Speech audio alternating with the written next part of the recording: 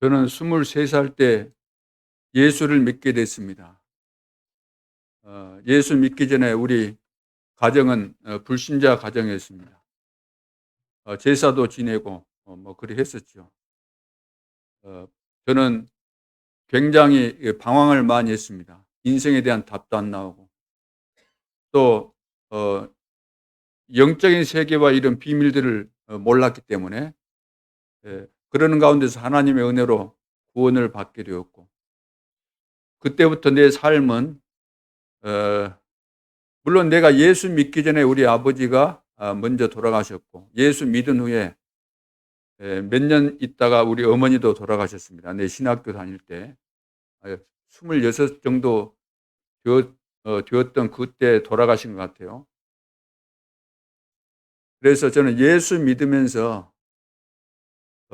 나는 이 땅의 배경뿐만 아니라 이 땅에 내가 바라볼 거 아무것도 없구나, 이 결론이 나왔고, 나는 비록 이 땅에 살지만 나의 소망은 천국에 있고 천국 배경을 가지고 산다. 하나님이 나의 유일한 보호자고 또 끝까지 나를 인도하시고 축복하실 분이시다. 이런 사실들을 믿고 지금까지 살아왔습니다. 우리는 매주 예배를 드리고 또 중요한 때 절기마다 또 절기 예배를 드리지 않습니까? 주일날. 그래서 뭐 오순절 또 수장절 뭐 이런 거 다 드리죠. 유월절, 오순절, 수장절. 그래서 맥주 감사주일, 추수 감사주일, 이런 절기를 지키지 않습니까? 이 절기 속에는 굉장한 비밀이 들어있거든요. 그런데 성도들이 절기를 지키면서 은혜 받기보다는 오히려 시험 드는 이런 성도들도 있는 것 같아요. 그리고 성찬 예시, 성례라는 것은 세례와 성찬식을 말하는데 굉장한 비밀이 들어있는데, 이 비밀을 모르면 진짜 복음 깨달아졌다고 할 수 없는데, 이 중요한 성례식 때 은혜 못 받는 이런 사람들도 있는 것 같아요. 오늘 우리 자신들을 점검하고, 아무리 우리가 이 땅에 살면서 세상적인 배경이 있고 뭐 바라볼 것 많이 있겠지만 그것 가지고는 우리 인생에 절대로 성공 못합니다. 그것에 대해서 내가 원하는 것이 많다거나 기대하는 것이 많다거나 내가 세상적인 거 가지고 있는 것에 대해서 안심하고 있다고 한다면 그 사람은 실패자입니다.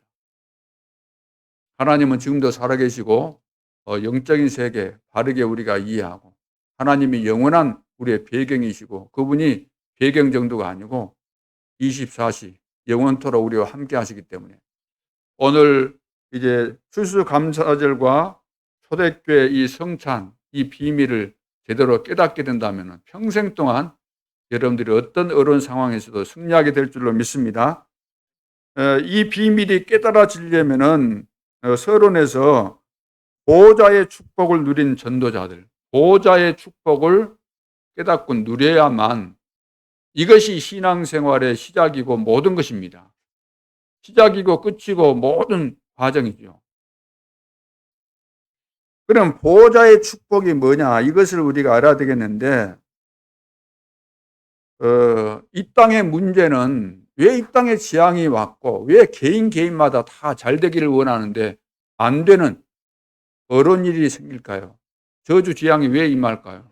그것은 다른 원인이 아니고 창세기 3장, 6장, 11장의 원인입니다.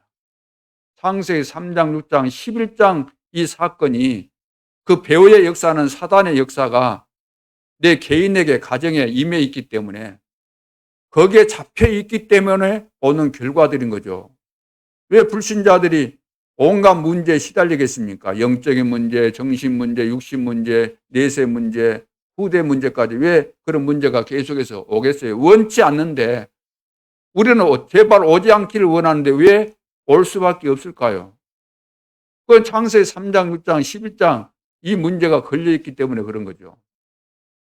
그래서 사단은 눈에 보이지 않지만 12가지 전략을 가지고 지금도 우리 인간은, 인류를 멸망시키고 있다는 거, 이 지구를 지금 멸망 가운데로 몰아넣고 있다는 사실을 분명히 우리는 깨달아야 되는 거죠.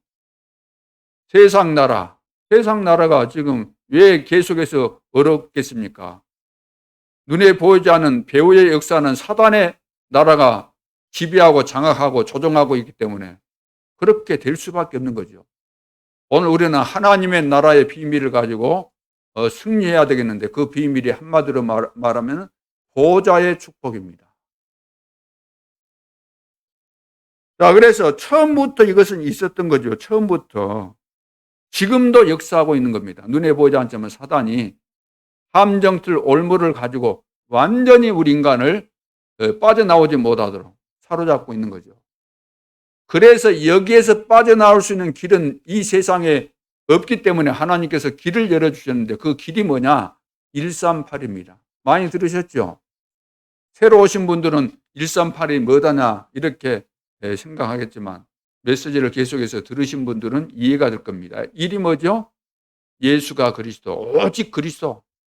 오직 그리스도가 아니면 내 인생 문제 절대로 해결 안 됩니다. 지금 괜찮은 것 같죠? 지금 뭐든지 잘 풀리고 잘 되는 것 같죠? 그게 중요한 것이 아니고, 내가 재벌이 되었다고 중요한 거 아니고, 내가 장관이 되고 대통령이 되었다고 안심할 일이 아니지 않습니까? 언제? 시간이 지나면서 문제 터지거든요. 제발 오지 않기를 원하는 저주 재앙이 오거든요. 어떻게 하실 겁니까? 그 문제는 반드시 닥치게 되는데, 지금 좋다고 좋은 것이 아니라는 겁니다. 예수가 그리스도구나. 내 인생 모든 문제를 끝내셨구나. 오직 그리스도. 이 답이 나와야 돼요. 이 속에서 내가 돈 벌어야 되는 이유도 알고, 이 속에서 건강해야 될 이유도 알아야 되는 거죠. 이 비밀을 가져야만, 이 비밀을 가지고 가는 곳곳마다 하나님 나라가 임하게 하는 거죠. 이 비밀을 깨닫는 순간에 내 안에 하나님의 나라가 임하고, 내 안에 하나님의 나라의 비밀을 가진 자가 가야만, 현장에 들어가야만, 다락방 해야만 그리스도의 비밀이 나오기 때문에 살리는 다락방 운동, 열매 맺는 다락방 운동, 지교의 운동이 일어나게 돼 있는 거죠. 그래서 이 비밀을 가졌다 할지라도 내 힘으로는 안 되기 때문에 성령 충만을 받아라. 이것이 138입니다. 그래서 창세기 3장, 6장, 11장, 사도행전 13장, 16장, 19장, 그리고 불신자 상태 6가지, 다시 말해서 12가지 사단의 전략을 모르면은 완전히 망하게 돼 있습니다. 모르면 망하는 거죠. 그러면 이 내용이 언제부터 있었습니까? 이것이 어느 날부터 있었어요? 며칠 전, 몇 달 전, 몇 년 전, 몇십 년 전이 아니고 처음부터 있었어요. 이 세상이 만들어질 때, 아담과 하와 만들어놨을 때, 그때 아담과 하와가 만들어지기도 전에 있었지만, 실제로 인간을 멸망시키는 그 사건은 아담과 하와에게 최초로 적용되어진 거죠. 자, 그렇기 때문에 이 내용이 바로 성경의 키가 됩니다. 성경의 키가 되죠. 138이 무슨 말이냐? 138은 해결책입니다.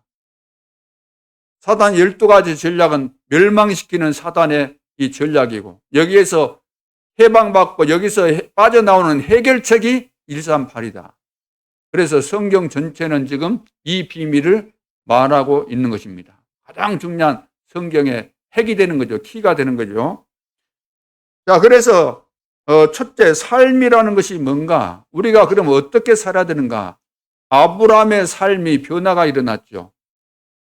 너는 본토 친척 아버지를 떠나라고 말씀했는데 안 믿어져 가지고 불신앙의 요인이 그 마음속에 도사리고 있었기 때문에 조카도 데리고 가고, 처음에는 잘 안 믿었어요.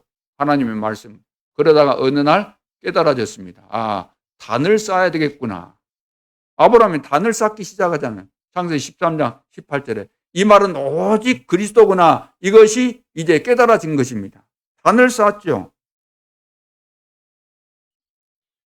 그래서 우리가 하나님의 자녀인데도 불구하고 살아가면서 내 마음과 생각이 세상 방법으로 늘 생각하고, 그런 쪽으로 가게 되면 내 영혼은 절대로 죽어 있는 겁니다. 죽은 영혼이에요. 내 마음과 생각이 하나님을 바라보고 주님 같으시면 어떻게 하실까? 하나님이 원하시는 것이 무엇입니까? 하나님의 계획과 뜻이 무엇입니까? 자, 이런 생각과 마음을 가져야만 그 영혼이 살게 되는 거 아닙니까? 그래야만 보호자의 축복이 보여지는 것이지. 또 보호자의 축복이 안 보이니까 계속해서 구원 받았는지는 모르겠지만 생각하는 이것이 늘 세상적이다 그 말이에요. 내 중심이고. 그러니 얼마나 갈등이 많겠습니까? 얼마나 힘들겠습니까? 시험 올 수밖에 없죠. 살아도 행복이 없는 겁니다. 그런 교인으로 살게 되는 거죠. 생명 없는 종교인으로 살게 되기 때문에 그런 교인들이 모이는 교회는 문 닫는 것이 당연하고 하나님이 다 문을 닫아서 세계교회가 지금 이렇게 어론지경에 빠져 있는 것입니다. 그래서 말씀, 언약을 붙잡고 언약 따라가는 이 믿음, 가장 좋은 신앙은 정확한 언약을 따라가야 되기 때문에 그래서 메시지를 한 번 듣고 되겠어요? 여러분 주일날 한 번 메시지 듣고 되겠습니까? 주일날 주신 메시지는 한 주간 동안 응답받으라고 주신 것인데 매일 적어도 아무리 바빠도 매일 한 번 정도는 여러분들이 보셔야 돼요. 그래야만 이번 주간에 하나님께서 어떤 메시지 주셨고 어떻게 나를 인도하시고 응답하시고 역사하시는가 이걸 확인해야 될 거 아닙니까? 현장에서. 그래서 확인이 돼야만 진짜 하나님을 믿게 되는 것이지. 주일날만 달랑 듣고 일주일 내내 세상 생각으로 가득 차 있다. 무슨 응답이 오겠습니까? 안 옵니다. 안 오는 원인은 나에게 있는 거예요. 그 정도로 내가 아직도 체질이 각인뿔이 체질된 것이 사단에게 걸려있는 거기서 못 빠져나오고 있다는 거죠. 오늘 새 은혜를 받아서 여기서 완전히 빠져나와야 될 줄로 믿습니다. 그래서 하나님은 우리를 향해서 이 지구를 향해서 절대 계획을 가지셨고 절대 계획이 뭐냐면은 우리에게 언약으로 주신 거예요. 그래서 절대 언약이죠. 언약이라는 것은 우리가 이해할 수 있도록 말씀을 주셨다는 이야기입니다. 그렇다면 우리에게 주신 절대 계획이 담겨진 그 언약 따라서 여정은 흘러가는 거죠. 하나님의 계획은 성취돼 가는 거죠. 이것을 보고 절대 여정이라 그럽니다. 그 목표가 뭐겠습니까? 절대 목표가 세계 복음화잖아요. 이것이 이제 보여지게 되는 거죠. 말씀 중심의 신앙생활을 하게 되면은 메시지를 계속해서 듣게 되면은 정리가 되어지고 보여지게 되는 거죠. 그러면서 증인이 되는 것입니다. 증인. 그럼 뭔가 증인이라는 것은 내가 체험하고 보고 뭐 이것이 있어야만 증인될 수 있지 않습니까? 뭐 새 절기의 비밀을 내가 체험하고 깨달아지고 누려져야만 증인될 수 있죠. 근데 이 새 절기는 다른 이야기 하는 것이 아니고 구원에 대한 비밀을 말씀하고 있습니다. 유월절, 구원에 대한 거잖아요. 오순절, 성령의 인도를 말하잖아요. 수장절, 천국 배경, 천국 배경에 대해서 말씀하고 있죠. 자, 이런 내용들. 그러면서 갈보리산에서 요한복음 19장 30절 다 이루었다. 새 절기, 구약시대 때 새 절기를 통해서 구원에 대한 비밀을 말씀했는데 그 비밀의 실체 되시는 그분이 이 땅에 오셨는데 예수라는 분이다. 그분이 왜 오셨는가? 구약에 예언했던 메시아, 그리스도에 대한 그 일을 하실 분으로 오셨다. 오셔가지고 그분이 십자가상에서 그 일을 성취하셨다. 그 갈보리산이잖아요. 오늘 우리는 갈보리산 언약을 통해서 완전히 인생 문제가 다 해결돼야 될 줄로 믿습니다. 이 결론이 나온 사람을 부활하신 주님이 감람산에 불러가지고 뭘 했습니까? 40일 동안 너무나 중요하니까 40일 동안 집중하는 가운데서 하나님 나라의 일에 대해서 말씀하신 거예요. 하나님의 나라에 대한 이야기. 다른 말로 한다면 우리가 이 지역을 살리는 지역 복음화, 237 나라와 5천 종족을 살리는 세계 복음화를 어떻게 할 것인가? 이 일에 세계복음화 역사가 일어나게 될 텐데 너는 여기에 어떤 역할을 할 것인가? 너는 거기 모인 제자들에게 다 하나님께서 세계복음화를 위해서 너희들에게 맡기신 사명이 있는데 그 사명, 이 미션을 너희들이 이제 찾으라는 겁니다. 다 주셨겠죠. 오늘 우리가 60일 하는 가운데서 이것을 찾으라고 말이에요. 우리는 세계복음화를 위해서 하나님이 부르셨고 우리의 목표는 분명한데 무엇을 하면서 세계복음화 할 것인가? 나에게 주신 달란트가 무엇인가? 내가 받은 은혜가 무엇인가? 이걸 발견해야만 알 수 있지 않습니까? 평생을 여러분들이 직장생활하고 신앙생활하고 불신자 만나면서도 이것이 발견이 안 됐기 때문에 쓰임받을 수가 없는 거예요. 결과가 없는 거예요. 열매 맺는 전도운동이 안 일어나는 거죠. 제자는 열매가 있어야 제자라 그랬는데 그렇지 않습니까? 마가다락방에서 뭐가 있었습니까? 성령 충만 받으면 땅끝까지 증인된다는 그 증거가 나타났죠. 체험했죠. 그래서 세계 복음화의 여정이 이제 시작되어지는 그것이 바로 마가다락방입니다. 자, 그런데 이 비밀들이 전부 다 영세전에서부터 영원 후까지, 자, 영원 전부터 영원 후까지 계속되어지는 영원한 거죠. 이것은 끝이 없는 것이기 때문에. 이 비밀을 바울은 본 겁니다. 로마서 16장 25절로 27절에 영세전에 감춰졌던 거요. 그것을 내가 지금 보고 세세뭉토리 영광 돌릴 수밖에 없는 그 영원한 것까지 다 본 거지요. 이것을 모르면은 반드시 망하는 겁니다. 아무리 열심히 신앙생활해도 경건해도 잘났어도 똑똑해도 반드시 실패하는 그런 시간표가 오는 거죠. 봐보세요. 지금 눈에 보이지 않지만 흑암의 세력이 어떻게 역사하고 있습니까? 3단체를 통해서 전 세계를 지금 장악하고 있잖아요. 명상운동, 접신운동, 네피림 운동 이런 것들을 통해서 제2 바벨탑 운동을 통해서 이 짓을 하고 있는데 우리는 눈이 안 열려가지고 보좌의 비밀을 모르고 있고 늘 육신적인 거, 세상적인 거, 명예, 자리, 자기 주장, 자기 잘난 거 말이 아니잖아요. 이것은 아무나 세상적이다.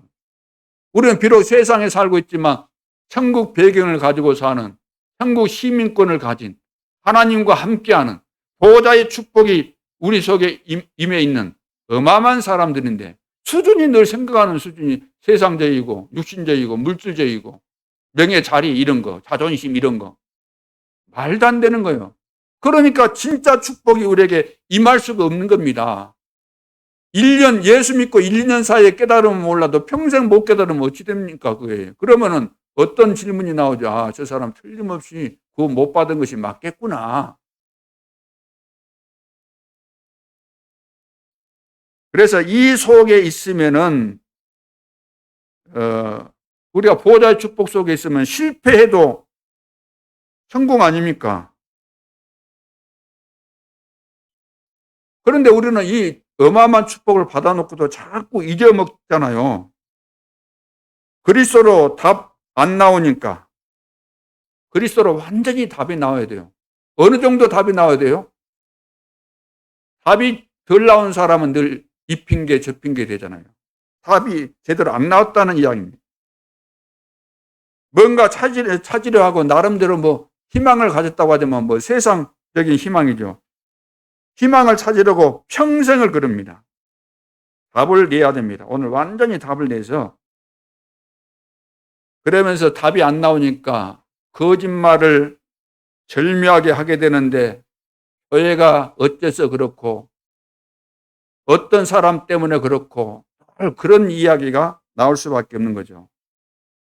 우리는 다 끝났습니다. 그리스도 안에서. 이제 언약 붙잡고 하나님의 뜻대로 되는 거잖아요. 내 뜻대로 되는 거 아니고 하나님의 계획대로 됩니다. 그렇다면 하나님의 계획, 언약, 말씀 제대로 깨닫고 붙잡고 묵묵하게 다른 사람 뭐라고 하든지 그런 거 신경 쓰지 말고 다 접어버리고 주님 바라보면서 진짜 우리가 응답받고 하나님이 하시는 역사를 내가 먼저 체험하고 그러면 다른 사람들이 다 볼 거 아닙니까? 뭔가 이런 맛을 보고 가야지. 일평생 동안 이 흐름 속에 들어오지도 못하고 영적인 비밀, 보좌의 축복 이런 것을 전혀 모르고 산다고 한다면 말이 안 되는 거죠. 오늘 본론에서는 보좌의 축복을 누린 교회입니다. 이런 보좌의 축복을 어떤 교회가 누려야 되겠어요? 이 지구상에 있는 모든 교회는 이런 보좌의 축복을 누려야 되는데 이걸 다 상실했고 그래서 우리는 중요한 이 시간표에 이 축복을 누리는 교회가 되어야 될 줄로 믿습니다. 보좌의 축복을 누리는 어떤 교회? 우리 임마누엘 예수 교회가 이 축복을 누려야 돼요. 다 지금 잃어버렸기 때문에. 그래서 오늘 먼저는 이런 축복을 누리기 위해서 감사절, 이제 수장절을 말하죠. 자, 이것을 이해하기 위해서 첫째, 새 절기의 영적 의미입니다. 그러니까 절기를 지키라 그랬잖아요. 유월절을 지켜라, 오순절을 지켜라, 수장절을 지켜라 그래. 지키라, 절기를 지키라 이 말은 기억하라는 거잖아요. 기억해라. 기념하라 이 말은 기념하라는 말이 무슨 말이죠? 기억하라는 거예요. 기억을 하라는 거예요. 잊지 말아라. 기념일로 지키면서 잊지 말아라 그 말이죠. 그러면 유월절이 뭔가? 유월절은 구원에 대한 이야기입니다. 구원에 대한 비밀이죠. 그저 출애굽에서 애굽에서 나왔다는 의미 이상의 의미를 가지고 있습니다. 사단을 상징하는 바로 세상을 상징하는 애굽에서 해방된 것을 말하고 있죠. 하나님의 백성은 완전히 이 문제가 해결된 것입니다. 언제? 예수가 그리스도라는 비밀을 깨닫고 고백할 때, 믿을 때. 그래서 믿는 자는 영생을 얻었다 그랬잖아요. 생명의 성령의 법이 죄와 사망의 법에서 해방하였느니라. 완전히 해방됐다. 유월절 절기를 지킬 때 이 비밀과 이 비밀이 깨달아지면서 인생에 대한 이런 결론이 딱 나와야 돼요. 이 결론이 나왔습니까? 안 나와서 오늘 지금 결론 내야 돼요. 다 끝냈어요. 십자가상에서 다 이루었다. 그 다음에 오순절, 맥추절이라고도 하는데 이것은 성령의 인도를 말씀하고 있습니다. 보리를 거두었다는 그 이상의 의미를 가지고 있는 거죠. 광야에서 죽는 듯 보였지만 안 죽었지 않습니까? 왜 안 죽었을까요? 하나님께서 보호하시고 인도하셨기 때문에. 그래서 신약에서는 이 절기에 성령께서 임하시고 교회가 탄생했습니다. 어떻게? 약속하신 그대로. 이것이 오순절. 세 번째, 추수절. 오늘 우리가 추수감사절 주일로 지키는데 이 절기를 말하죠. 다른 말로 한다면 수장절을 그럽니다. 이것은 영원한 보장을 말하죠. 영원한 보장. 천국 배경. 하나님께서 우리에게 약속하신 그 약속은 영원히 유효합니다. 하나님께서 우리와 세상 끝날까지 항상 함께 하시겠다고 말씀하셨습니다. 우리를 보호하신다 그랬잖아요. 하나님의 손에 우리가 있는데 누가 우리를 그리스도의 사랑에서 끊으리요? 환난이나 적신이나 위험이나 칼이라. 우리는 절대로 그리스도 안에서 망할 수가 없는 거죠. 천국 갈 때까지 책임지신다는 의미입니다. 수장절. 곡식을 농부가 이제 거두어서 창고에 보관한 것처럼 우리는 누가 그것을 도둑질해갖고 가져간다거나 그럴 수가 없다는 거죠. 그래서 구원받은 하나님의 백성이 누리는 삶.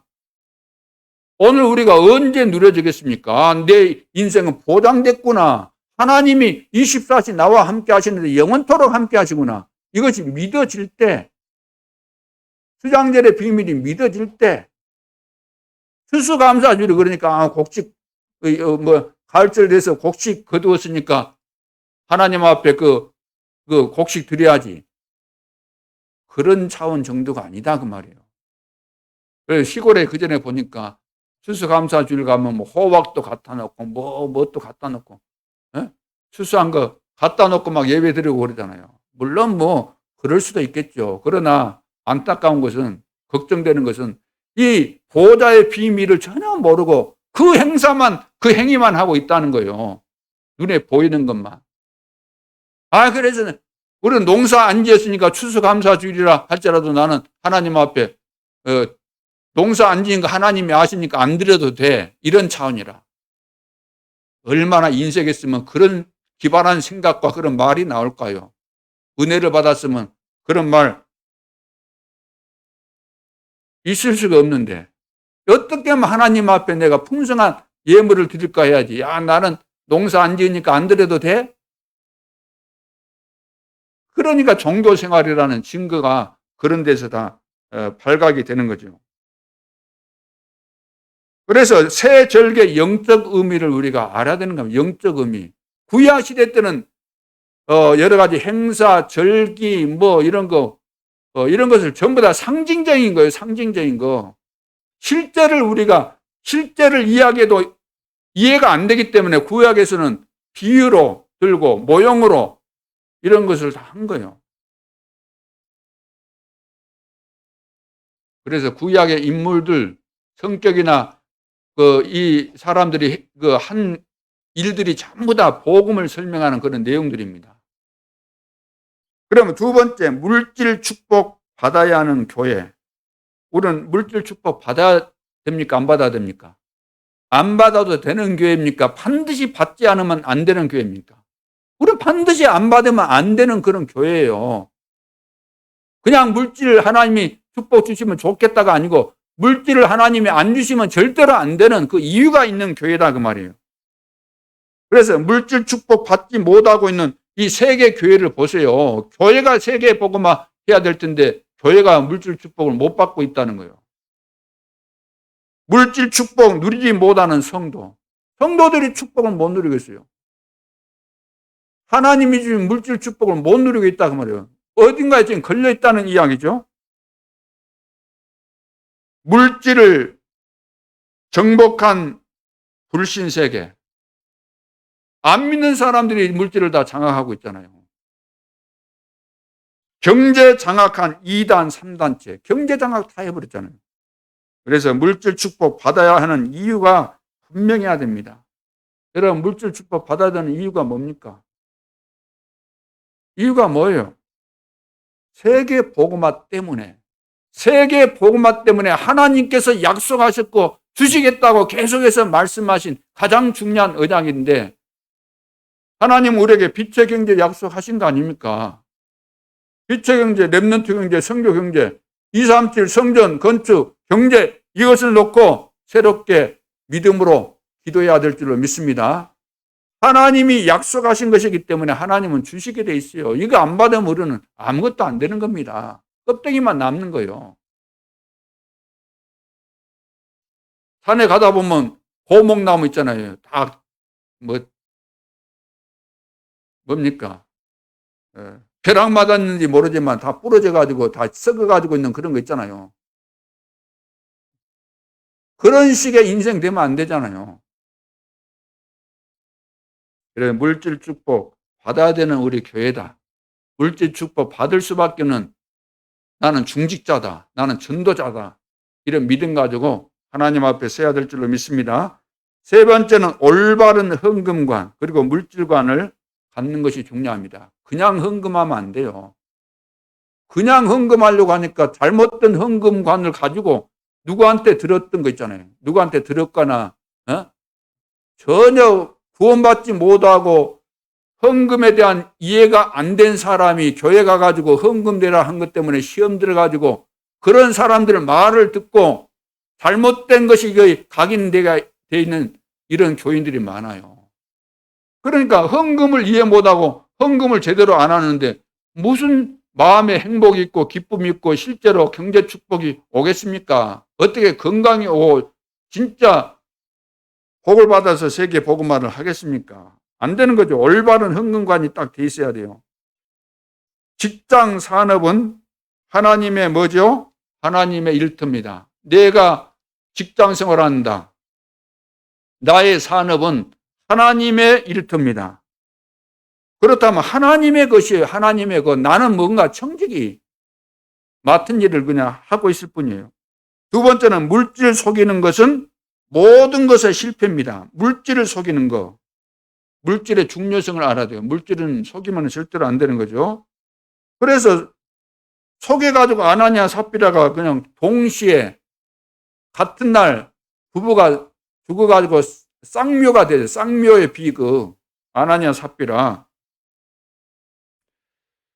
자, 그래서 이제 교회 안에서 재정 맡으신 분들도 진짜 믿음이 충만해야 돼요. 믿음 충만, 성령 충만, 지혜 충만. 그래서 믿음을 가지고 재정 관리 잘하면 축복을 받게 되고 못하면은 큰 어려움을 당하게 되어 있습니다. 그래서 하나님 앞에 정말로 사명을 가지고 기도하면서 우리 교회는 세계 복음화해야 되는 교회이기 때문에 이런 중심과 이것이 된 사람이 늘 해야 되는 거죠. 뭐든지. 그리고 세 번째, 헌금은 하나님께 드리는 겁니다. 헌금 하나님께 드리는 거예요. 저한테 드리는 거 아닙니다. 어떤 사람은 저한테 갖다 주는 사람도 간혹 있는데 나한테 갖다 줄 필요 없어요. 저한테 줘도 저도 다 뭐 하나님 앞에 드리는 것이니까. 그래서 헌금은 누구한테 드린다고요? 하나님 앞에. 혹시 시간이 없어가지고 저한테 맡기고 대신 들어달라고 하면 되겠지만 그런 것도 아닌데 그냥 저한테 이렇게 뭔가 헌금하려고 하면 안 되는 거죠. 올바른 헌금 방법. 그러면 헌금을 하는데 방법이 뭐죠? 어떻게 해야 돼요? 미리 준비해야 됩니다. 미리. 그리고 자원이 뭐죠? 옆에 사람이 누가 네 헌금해라 그래서 하는 것이 아니고 내가 헌금할 수 있다는 이 자체는 축복받은 거잖아요. 나 같은 죄인이 어떻게 구원받아가지고 하나님이 그처럼 원하는 사람 살리는 이 세계 복음하는데 나를 쓰실까 감사하니까 또 마땅히 하나님께서 드리라 그랬잖아요. 그러나 자원해서 드려야죠.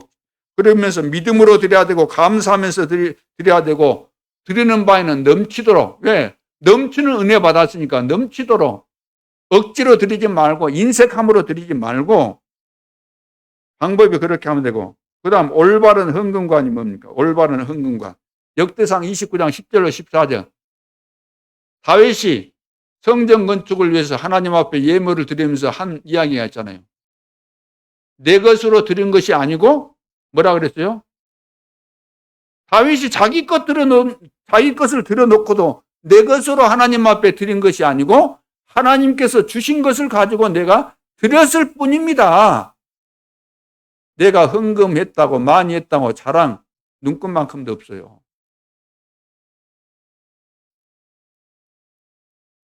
그리고 올바른 물질관. 창세기 1장 27절 28절이 뭐죠? 땅을 정복하고 다스리라 그랬죠. 그래서 물질이라는 것은 정복 대상이지.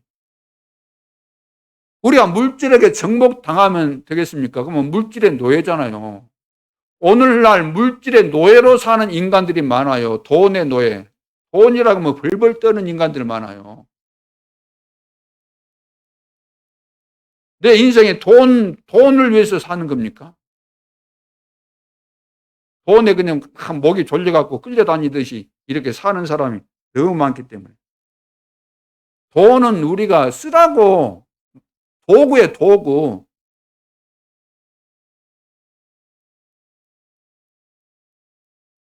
그래서 물질의 노예가 되면 절대로 안 됩니다. 거의 볼 때는 100% 사람들이 전부 다 돈이라면 사족을 못 쓰고. 그 다음에 올바른 누림입니다. 올바른 누림. 사도행전 2장 43절로 45절에 보니까 마가다락방에 모인 성도들이 사람들이 많이 모이다 보니까 거기 가난한 사람들도 있고 또 교회가 또 전도 선교하려면 재정도 필요하고 하니까 근데 돈이 없는 거예요. 그런데 은혜 받은 사람들 가운데 재산 있고 돈 있는 사람들은 누가 시키지도 않았는데 자기 소유와 재산을 팔아가지고 성도들에게 필요한 것들을 다 공급했다 그랬어요. 누가 시키지도 않았는데 하나님께서 나에게 물질 주신 것은 이때를 위해서 쓰라고 주신 것이구나 이것을 깨닫고 어려운 성도들이 교회 안에 있으니까 자기 재산도 팔고 있는 돈을 가지고 그것을 했다는 거예요. 이것이 진정한 의미의 공동체가 되는 거죠. 억지로가 아니고 사이에 의해서 강요받아서 하는 것이 아니고 스스로 은혜 받고 나니까 그렇게 했다는 겁니다. 이 정도로 우리가 은혜 받아서 멋있는 사람이 돼야지. 마땅히 해야 될 것도 안 하고. 그런 인생 살아서 뭐 하겠습니까? 물질에 노예돼가지고 벌벌 떨고 돈 몇 푼에 벌벌 떨고 그 인간도 아니잖아요.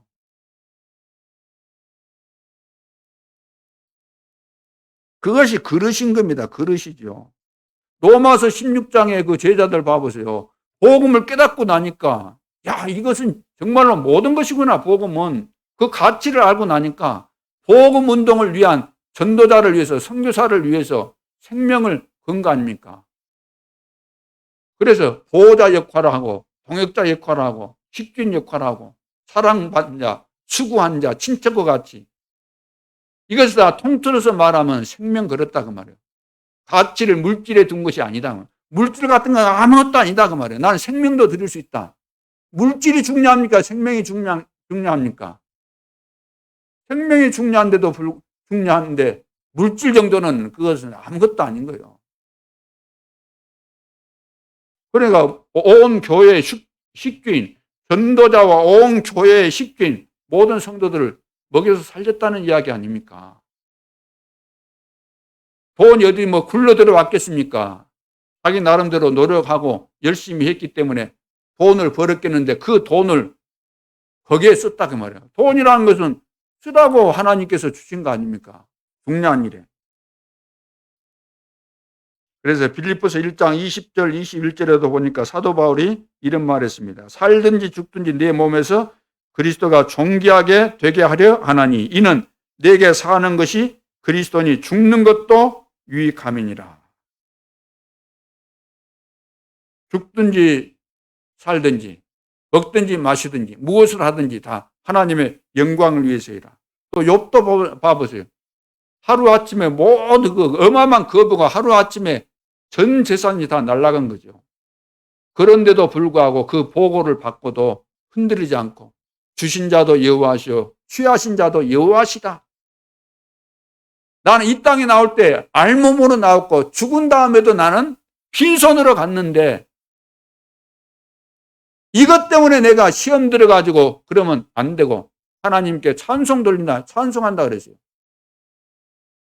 오늘 왜 우리는 물질 때문에 시험 들까요? 보좌의 비밀과 이 축복을 맛을 못 봤다는 이야기예요.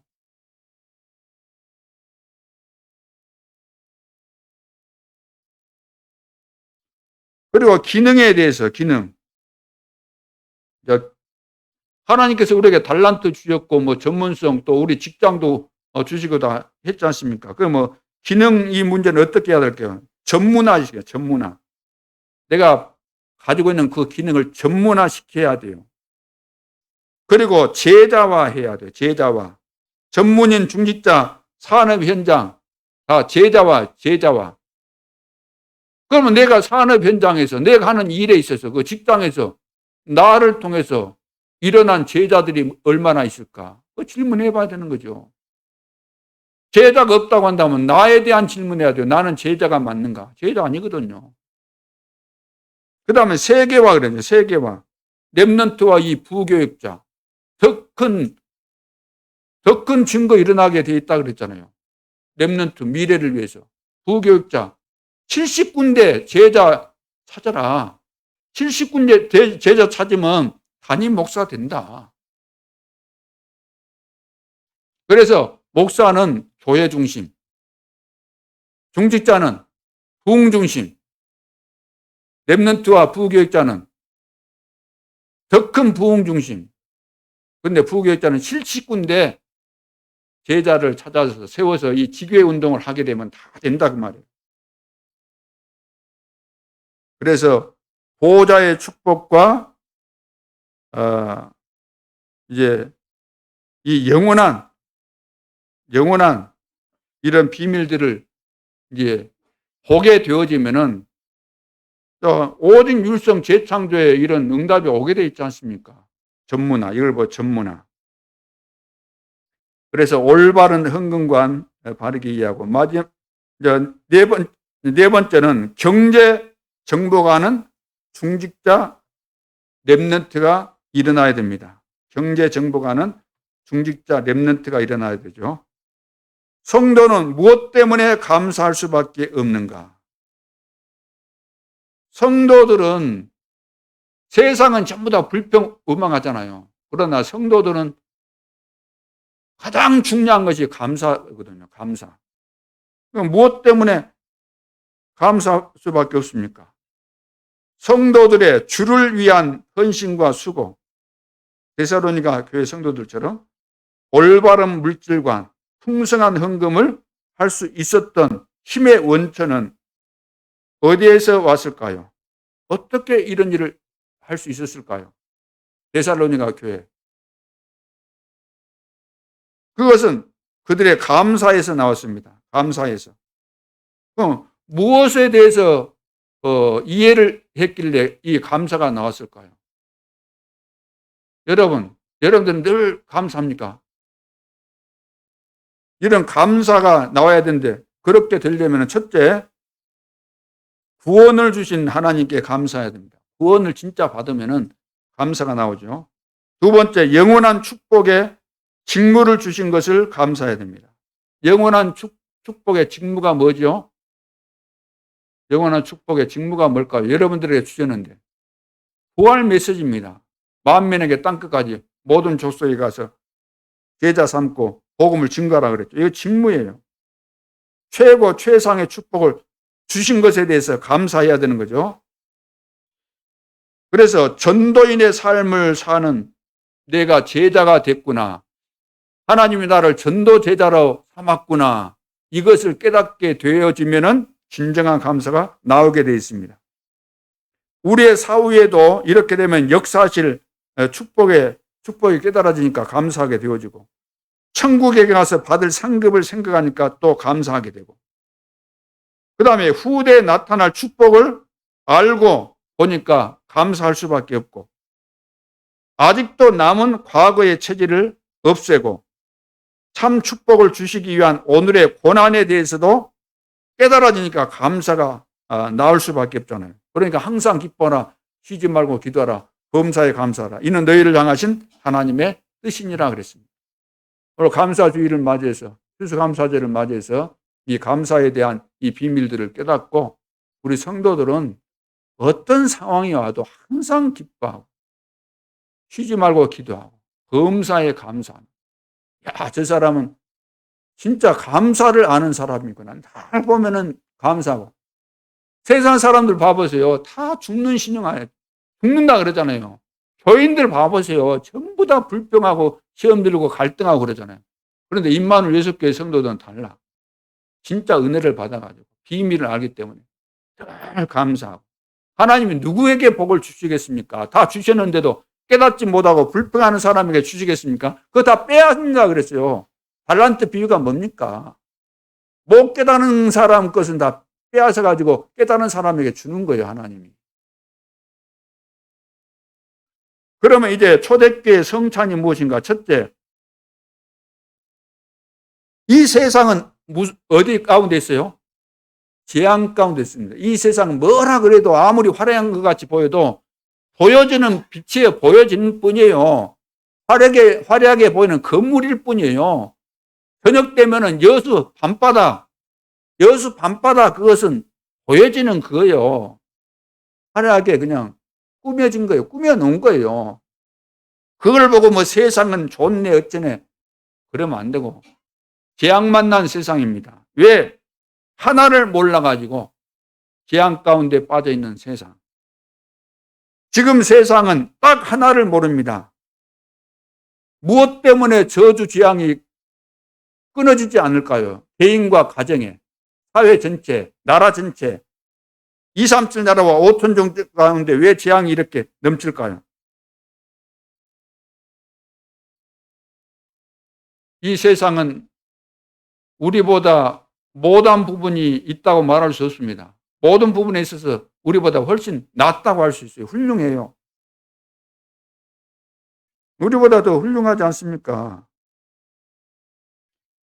그런데 왜 훌륭한 이 사람들이 그 인생으로 볼 때는 패배자, 실패자, 저주재앙에서 못 빠져나오는 불쌍한 영혼이 됐을까요? 그 이유는 한 가지다니까요. 한 가지 몰라서. 그 한 가지가 뭘까? 첫째, 구약의 역사를 보면은 왜 재앙이 있나를 지금 모르고 있다는 겁니다. 구약의 역사가 쭉 봐보면은 재앙이 오는데도 불구하고 왜 재앙이 오고 있는가를 모르고 있다는 거예요. 손에다가 쥐어줘도 모르고 있다는 거예요. 열심히 예배하면 될 줄 알았잖아요. 가인. 그런데 하나님이 안 받으셨죠. 왜 하나님이 안 받으셨는가 그 이유를 모르고 시기심이 나가지고 동생을 쳐 죽이잖아요.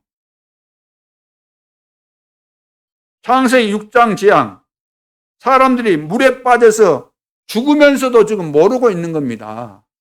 왜 지금 홍수 심판이 나고 우리가 물속에서 이렇게 죽는가 이것도 모르면서 고함 지르면서 발악을 하면서 죽으면서도 모른다는 거예요. 창세기 11장에 바벨탑 사건 하나님이 흩어버리지 않아요. 야, 우리가 흩어지지 말자. 뭐해? 우리가 이름을 내자. 성을 높이 탑을 높이 올려가지고 하늘 꼭대기까지 닿게 하자. 그런데 하나님께서 완전히 언어를 혼자 박약해서 흩어버려져 실패, 무너뜨려버린 거죠. 왜 이렇게 됐는지를 지금 모르고 있다는 겁니다.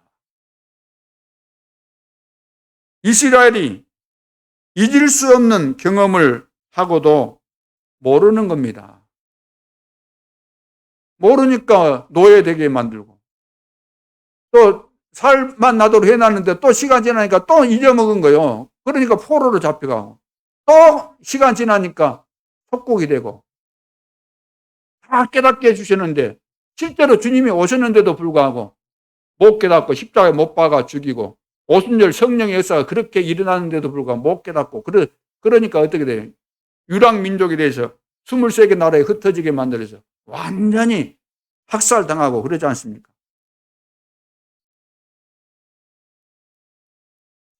그래서 개인의 잘잘못을 말하는 것이 아니라 재앙의 이유를 알아야 됩니다. 왜 재앙이 오냐 그 말이에요. 왜 개인에게 가정에 사회에 전 세계에 이 재앙이 오는가 그 이유를 알아야 되는 거죠.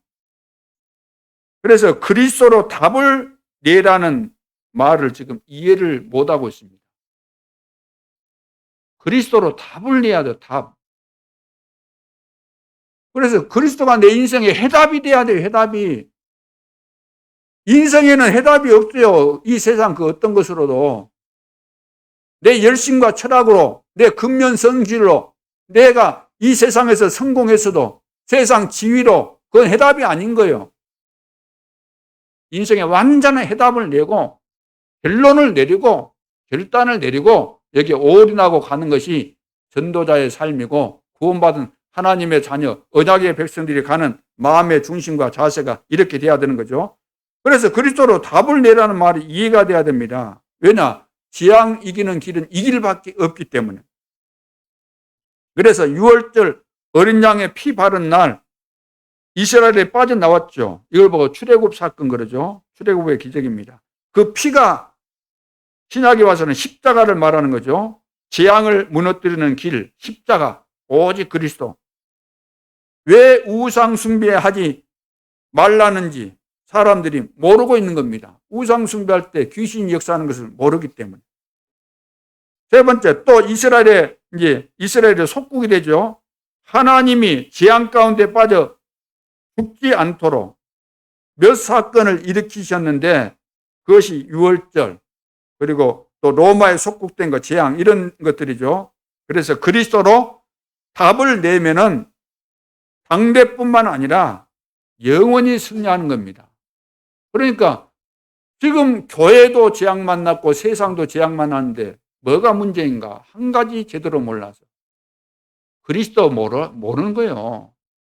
모르면서도 내가 예수 그리스도 이 단어를 썼다고 해서 아는 걸까요? 모르는 겁니다. 몰라요. 그래서 영원히 잊지 못할 메시지를 주신 거죠. 그래서 성경에서 제일 중요한 핵심 메시지가 어디예요? 그게 바로 138입니다. 사도행 1장 1절로 11절. 11절은 그 재림하게 될 것이다. 그분이 땅끝까지 복음이 증거되고 나면은 그분이 재림한다. 가장 중요한 핵심 메시지입니다. 그래서 언약대로 우리는 응답을 받게 되어 있기 때문에 응답 받을 수밖에 없는 언약을 붙잡는 것이 가장 중요한 거 아닙니까? 그래서 말씀을 듣는 거예요. 그래서 말씀을 또 듣고 또 듣고 또 듣고 또 들어도 지루하지 않고 그런 거죠.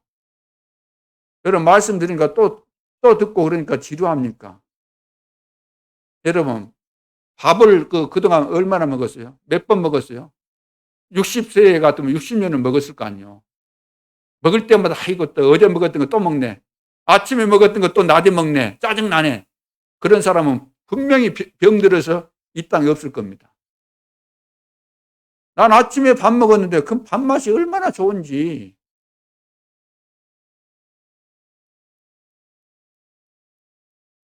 여러분 복음은 글자로 써놓으면 똑같은 것 같죠? 글자로 써놓으면 똑같아요. 근데 그 복음을 이 메시지로 이렇게 듣게 되면은 날마다 새로운 겁니다.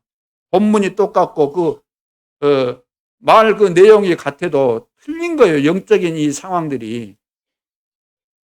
전하는 자뿐만 아니라 받는 나의 입장에서만 보더라도 나의 상태가 틀리잖아요. 1시간 전함과 1시간 후에 나의 영적인 상태가 틀리지 않습니까?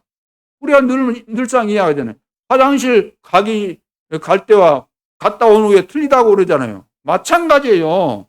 우리 영적인 상태가 틀리니까 똑같은 말을 해도 틀린 겁니다. 늘 새로워요. 늘 은혜되고 힘되고.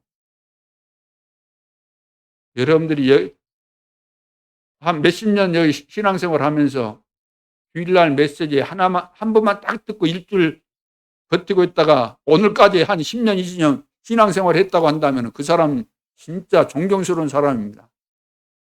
기적을 만드는 분이에요. 그런 기적이 있을 수 없는데 있다는 것이니까. 그런 기적을 만드는 사람 되지 않기를 바랍니다. 메시지를 많이 들으세요. 그래서 많이 들으라고 하면은 또 뭐 사람마다 바쁘기도 하고 하겠지만 많이 들은 건 막연한 것이고 많이 사실은 들을 것이 없어요. 아침에 일어나면은 하나님 앞에 기도하는 거 당연한 것이니까 그러니까 기도 수첩 그 내용 그거 가지고 해보시라고 말이에요. 내 몫이 있어야 돼요. 내가 오늘 하루 반드시 이것만큼은 내가 하고 지나간다. 그 몫을 정해놔야 된다니까요. 놀더라도 그거 해놓고 놀아야 돼요. 그것도 안 해놓고 학생들이 예를 들어서 숙제를 내줬으면 숙제를 하고 놀든지 말든지 해야 될 텐데 노는데 취해가지고 숙제도 안 한다. 그런 애들은 안 돼요. 자기 몫을 해야 돼요. 매일매일 자기 몫을 자기가 정해가지고 나는 반드시 이것은 한다. 그래야만 매일 이것이 쌓여지게 되고 발전이 있고 증거가 나타나는 것이지. 그런 것도 없이 대강살이 아이고 오늘은 피곤하니까 이제 새벽기도 그 메시지 못 듣겠다. 그렇게 해보세요. 늘 핑계거리 생기게 되고 해야 될 것을 다 놓치게 되는 거죠. 그렇게 되지 않기를 바랍니다.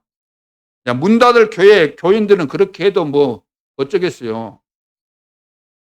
근데 우리 교회는 그런 교회가 아니기 때문에 하나님께서 그런 교회 아니고 세계 복음화해야 될 교회로 세우셨기 때문에 우리는 어쩔 수 없이 이 축복 속에 들어왔기 때문에 우리는 이 축복을 누리면서 일평생 행복하고 멋있는 전도자로 승리해야 될 줄로 믿습니다.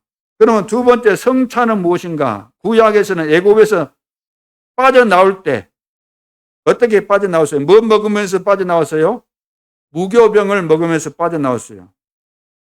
예수님은 내가 주는 떡은 너희 조상들이 먹은 떡과는 다르다 그랬잖아요. 그리고 성찬식 할 때 떡을 먹게 하고 포도주 마시게 하면서 이것은 내 몸이고 내 피라 그랬죠.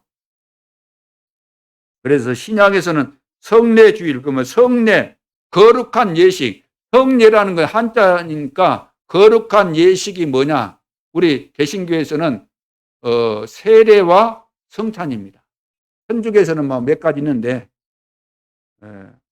그래서 초대교회에서는 이 성례식을 어떻게 했어요? 매일 했어요. 매일 모였다 그러면. 예수님께서 잡히시기 전날 십자가 질 것과 3일 만에 부활하실 것과 이스라엘에 일어날 일, 그리고 제자들에게 성령 임하실 것을 알리시면서 또 나가서 복음을 전하지만 모여서는 한 가지만 하라 그랬습니다. 한 가지만. 나가면은 가서 복음 전하고 모였다가 뭐 한 가지만 하라 그러는데 그 한 가지가 뭐죠? 그게 바로 성찬식입니다. 떡과 이 포도주, 내 살과 내 피를 마시라. 모이면은. 이것이 복음의 완전한 비밀이죠. 자, 이게 바로 재앙을 이기는 중요한 메시지입니다. 깨닫는 순간에 재앙에서 빠져나오는 창세기 3장 15절 알 때, 이때 이제 전도가 되어집니다. 내가 복음의 비밀이 깨달아져서 완전히 내가 새 사람 되고 이 비밀을 누리고 있는데, 그때 그 사람을 하나님이 아시니까 사용하시는 것이지, 이것이 제대로 안 되면은 하나님 역사 안 해요. 그래서 알기만 하면은 직장, 가정, 개인의 재앙이 영원히 무너질 수밖에 없죠. 그러면 성찬의 의미가 뭘까요? 창세기 3장의 사건을 무너뜨리는 피 언약을 기억하라. 피 언약. 이거 아니면 창세기 3장 사건 해결 안 되죠. 재앙에서 해방되는 이 축복을 누려라. 이 축복을 사실대로 누려라. 우리는 하나님의 자녀지요. 그래서 떡과 잔을 받아 먹는 것처럼 영적 문제가 사실대로 해결된다는 것을 말씀하고 있습니다. 그래서 먹으면은 어디로 어떻게 돼요? 내가 떡을 먹었다 그러면은 어디로 어떻게 돼요? 내 뱃속에 들어가서 피가 되고 살이 되지 않습니까? 마찬가지예요. 우리가 예수를 믿게 되면은 그리스도의 영 성령께서 내 안에 들어오신다 그 말이에요. 그럼 영원토록 나와 함께 하시는 거예요. 뗄 수 없는, 영원토록 우리와 함께하는. 여러분 아침 식사 하셨지요? 내 속에 소화되는데 아침 식사했던 것을 빼낼 수 있어요? 다 소화 흡수돼 버렸는데.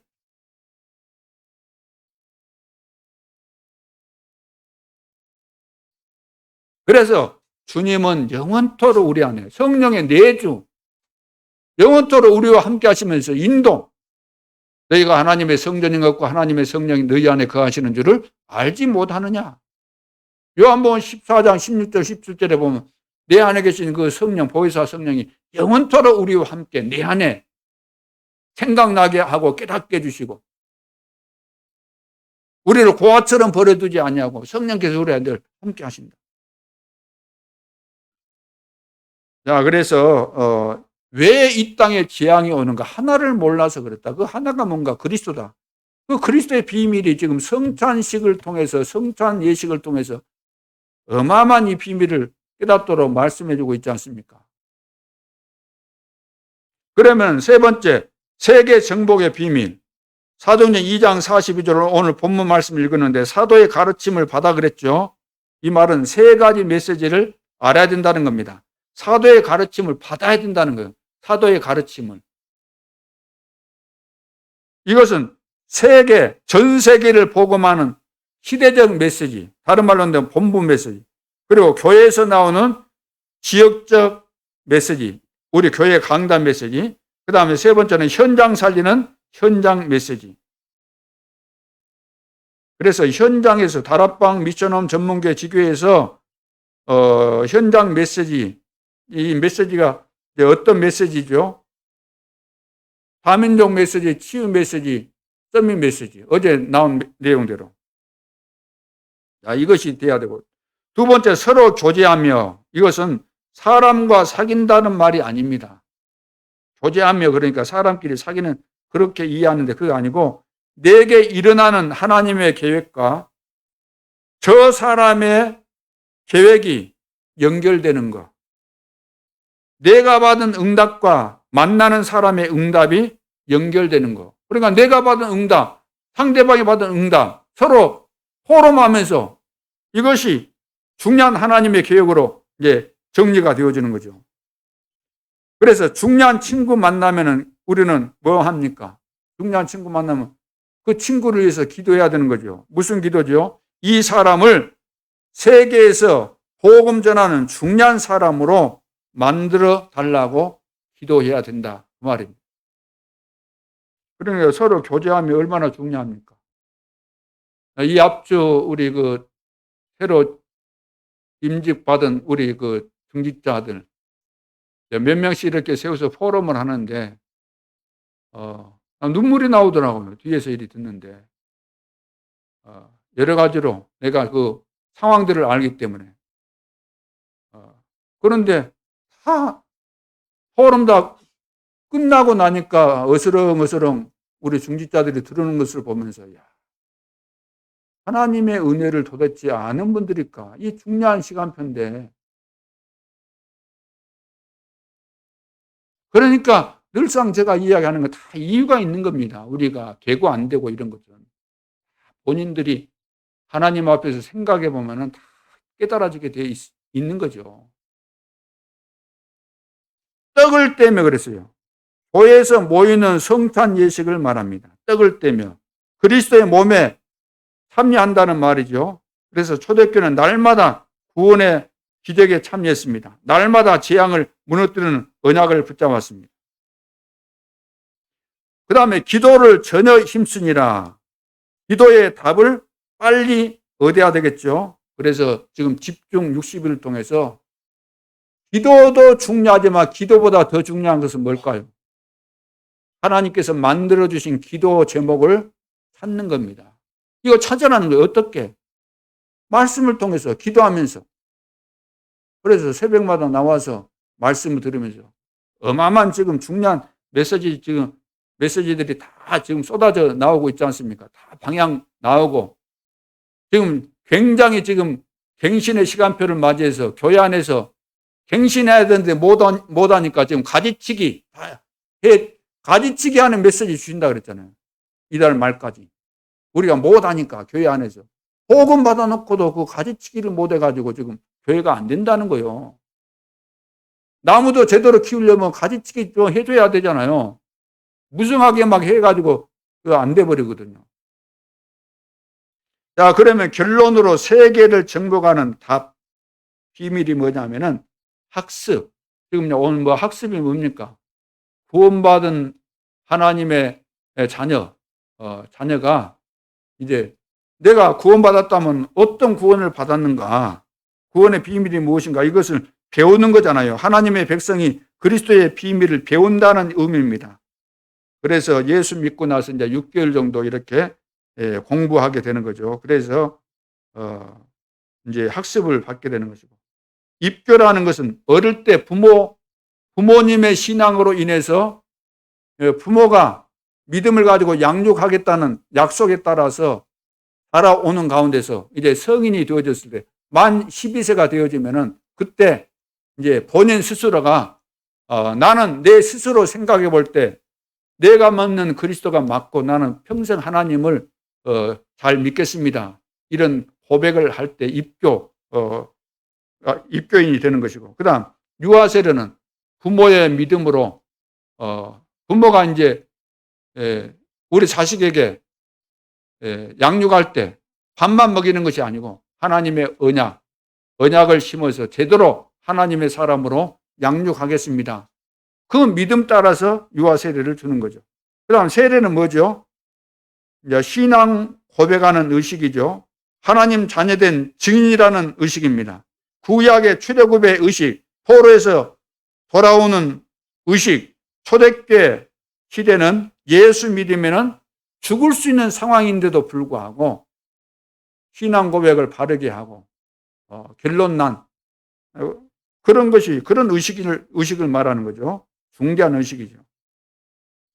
그래서 세례에도 불세례, 다른 말로 한다면 성령 세례가 있고 물 세례가 있고 그렇습니다. 성령 세례는 어느 날 하나님께서 은혜를 주시는 가운데 진짜 이것이 깨달아지면서 내가 변화를 받게 되는, 이거 성령 세례를 받은 거예요. 이 성령 세례를 받은 사람이 예수가 진짜 믿어지고 구원받은 사람에게 그 표시로서 물 세례를 주는 것입니다. 이런 비밀을 이해하시고 이 비밀이 일평생 여러분들이 살아가는 데 있어서 가장 중요한 핵심 중에 핵심이 되겠습니다. 승리할 수 있기를 주님의 이름으로 축원합니다. 기도드리겠습니다. 하나님 은혜를 감사합니다. 성령으로 충만케 하여 주옵소서. 그리스도의 비밀을 날마다 체험하고 날마다 누리고 날마다 증가하는 전도자의 삶으로 최고로 하나님께 영광을 돌리게 하여 주옵소서. 지금도 살아계신 주 예수 그리스도 이름으로 기도하옵나이다. 아멘.